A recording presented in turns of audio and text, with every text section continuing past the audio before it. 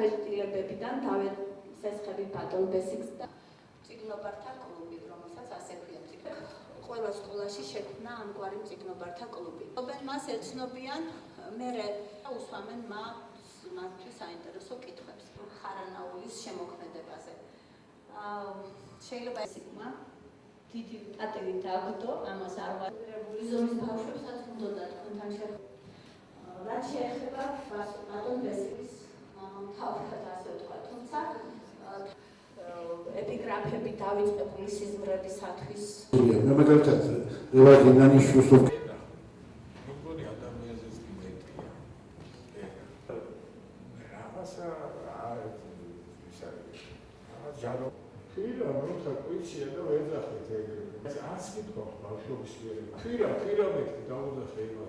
ახლა იმაზეც გავშობთ რომ მნიშვნელოვანი სპარტაშოვის ერთ კომპლექტი. მე გავეცანი ბესიკ ხარანაულის შემოქმედებას მართლაც აღიარებ ღირსეული ადამიანი არის და მინდა რომ ესეთი ღონისძიებები მომავალშიც გაგრძელდეს.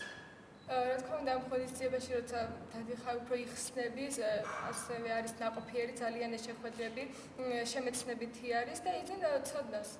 და რა თქმა უნდა დიდი პატივია რომ ასეთ წელს ხდება. საოცარი რამ არის, იმიტომ რომ ძალიან მიხარია, როცა ბავშვები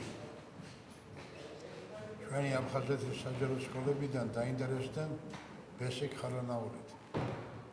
იმიტომ რომ ბესიკ ხარანაული ჩვეულებრივი პოეტი არ გახლავთ. ეს ძალიან დიდი პოეტია, მაგრამ წასაკითხა ცოტა ძნელია. იმიტომ რომ ვიღაცას მოეჩვენება რომ ძალიან ადვილი არ არის, ადვილი არ არის. როგორც ვაჟა არ არის ადვილი. ვაჟა ვიღაცას გონია რომ ადვილია, ეგრე არ არის. აი მე კუთხის შვილია და თანაც აი ინტელექტზე მეტყველებს, ამაღლებულ ინტელექტზე ჩვენი მოსწავლეების და ბავშვების, რომლებიც აფხაზეთიდან არიან. და ეს ძალიან მახარებს, იმიტომ რომ ბესიკ ხარანაული ჯერეთი და შესანიშნავი და დიდი პოეტია და ადამიანია საოცარ დიდი. როგორც მისი სამშობლო კუთხე, შავი.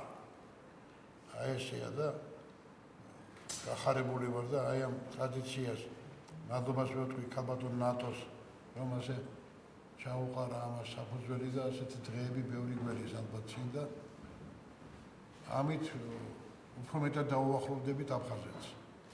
იმ კუთხეს საიდანაც წამოვედით. საიდან სადაო ითქვის ადამიანი მისმენს ალბათ, მაგრამ ასეა. თუმცა ინტელექტი იმარჯვებს უგუნურებაზე და უმეცრობაზე, ეს უკვე დაბრუნებას ნიშნავს. და მე უსურვებ ყველას რომ ასე დაბრუნებული